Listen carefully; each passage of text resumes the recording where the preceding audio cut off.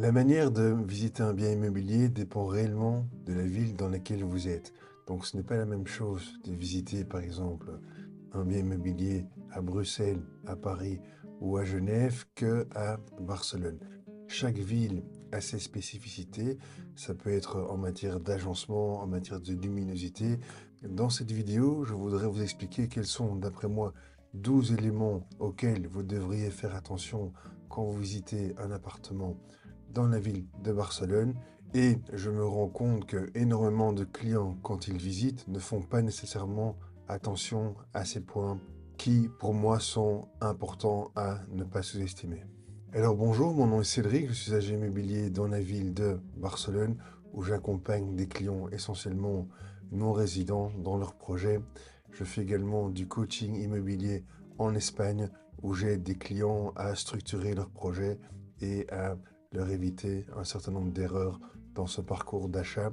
Si vous voulez plus de renseignements, vous pouvez me contacter via ma page web qui est mon prénom, cédric.es.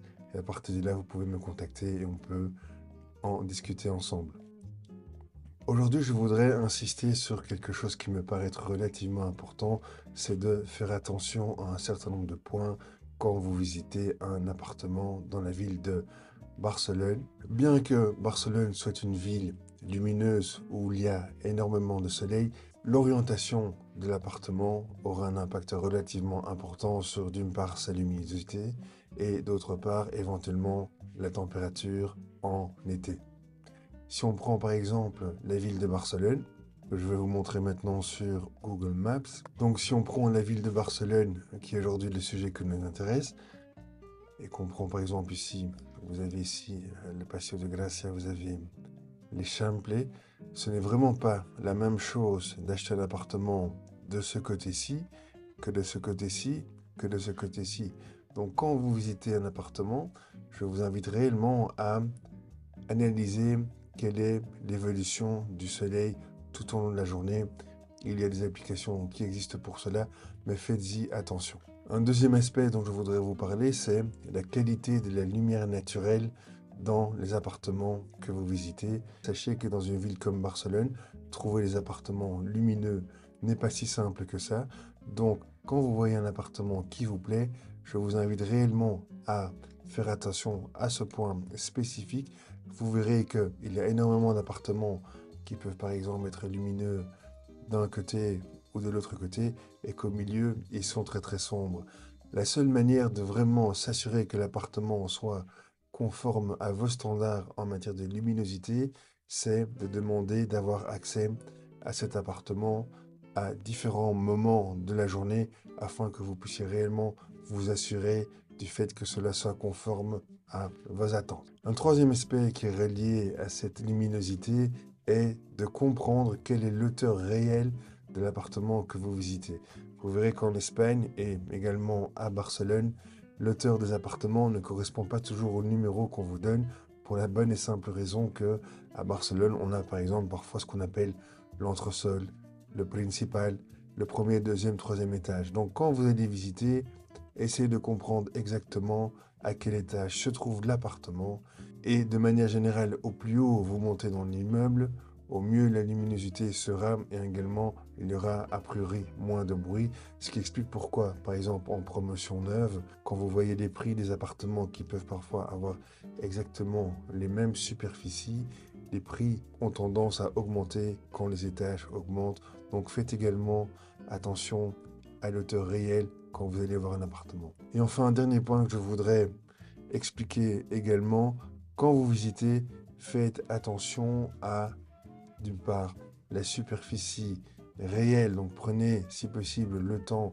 de mesurer l'appartement, mais faites surtout attention à quelle est la superficie que vous pouvez réellement utiliser.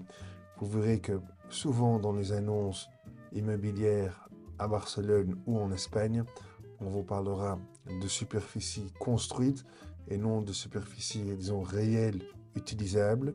Ici, nous n'avons pas ni un code de mesurage, ni la loi Carrez comme vous pourriez l'avoir par exemple en France. Donc prenez vraiment le temps de regarder réellement quels sont les mètres carrés exploitables, l'agencement est également, je pense, être important, tout comme le volume. Donc vous achetez certes des mètres carrés, mais vous achetez également un volume.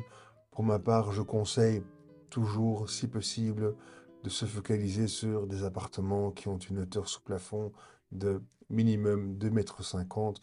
Vous verrez que ça vous donnera une sensation d'espace et de volume qui est bien plus agréable qu'un appartement avec une hauteur sous plafond plus basse. Un autre élément très important à analyser quand vous visitez des appartements à Barcelone, c'est le bruit. Vous verrez que Barcelone est une ville relativement bruyante pour diverses raisons. Ça peut être les voitures, ça peut être tout ce qui est bar, restaurant, et ça peut tout simplement être le fait que la ville est une ville relativement dense, c'est-à-dire qu'il y a énormément de mouvements, il y a du tourisme, donc faites vraiment attention à ce niveau de bruit. À nouveau, la meilleure manière de voir si oui ou non il y a du bruit dans l'appartement, c'est d'analyser l'appartement à différents moments de la journée. Ça peut être le matin, quand les gens vont travailler, ça peut être en journée, ça peut être en soirée, pour voir s'il y a des bars et des restaurants.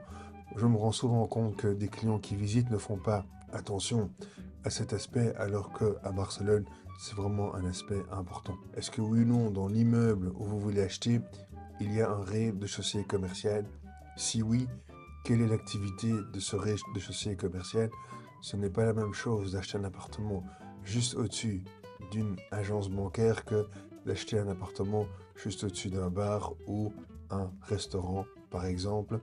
J'ai par le passé eu un certain nombre de personnes qui m'ont contacté en me disant je regrette d'avoir acheté parce que le bar en bas dont j'ignorais l'existence est ouvert le jeudi, le vendredi et le samedi soir et je ne dors pas vraiment. Donc portez quand même un petit peu votre analyse sur quelle est l'activité au rez-de-chaussée de l'immeuble, tout comme regardez quelle est l'activité commerciale dans les immeubles avoisinants, restaurants, bars, autres activités qui sont potentiellement également génératrices de bruit. Et enfin, dernier élément que je pense que vous devriez également essayer d'analyser quand vous visitez un appartement, c'est quelle est l'isolation de l'appartement, quel est le bruit entre les différents appartements, quel est le bruit entre l'appartement qui vous intéresse, l'appartement du dessus, ou quel est le bruit avec l'appartement voisin. Vous verrez qu'un certain nombre d'immeubles à Barcelone ne sont pas nécessairement bien isolés. Et ceci est également une source de bruit qui est potentiellement dérangeant si vous entendez votre voisin parler, écouter la télévision ou marcher, c'est vraiment relativement désagréable. Donc à nouveau, essayez d'y faire attention aussi. Et enfin, dernier et troisième aspect important à analyser quand vous visitez un appartement à Barcelone, c'est d'analyser la copropriété dans laquelle l'appartement se trouve. Pour ma part, il est pratiquement aussi important d'analyser l'appartement que la copropriété. Dans mon cas, par exemple, quand je vais voir des appartements pour des clients, j'analyse systématiquement l'ascenseur. Je souhaite savoir si c'est un ascenseur qui est récent, qui est ancien, qui est grand, qui est petit, et qui, par exemple, s'il est conforme, oui ou non, aux normes, à la législation actuelle. Donc faites vraiment attention à tous ces détails de la copropriété. L'ascenseur est important. Par exemple, quand je vais visiter des appartements pour des clients, je monte systématiquement au dernier étage de l'immeuble et je redescends tout l'escalier à pied pour me rendre compte de quel est son état, qui habite dans l'immeuble, y a-t-il une activité professionnelle, ça peut être des bureaux, mais ça peut par exemple être des hostels. Alors les hostels, on ne s'en rendra peut-être pas compte en hiver, par contre en été, le va-et-vient des touristes qui montent et qui descendent avec leurs valises, ceci est vraiment une source de nuisance. Donc prenez le temps de descendre cette cage d'escalier pour vous faire déjà une première impression. Un autre élément essentiel à analyser dans la copropriété, c'est qui habite réellement dans cette copropriété. Alors comment est-ce que moi je fais ça de manière générale? Quand je vois un appartement qui intéresse un de mes clients, je prends le temps d'entamer une conversation avec les personnes qui rentrent et qui sortent de l'immeuble. J'aime bien leur poser des questions qui sont relativement basiques. La plupart des gens y répondent bien volontiers, donc j'aime savoir quel est le profil des personnes qui habitent. Ça peut être des locataires, ça peut être des propriétaires, des personnes âgées, des familles. Est-ce qu'il y a des appartements occupés légalement ou non? Est-ce qu'il y a des appartements vides? Est-ce qu'il y a des activités commerciales?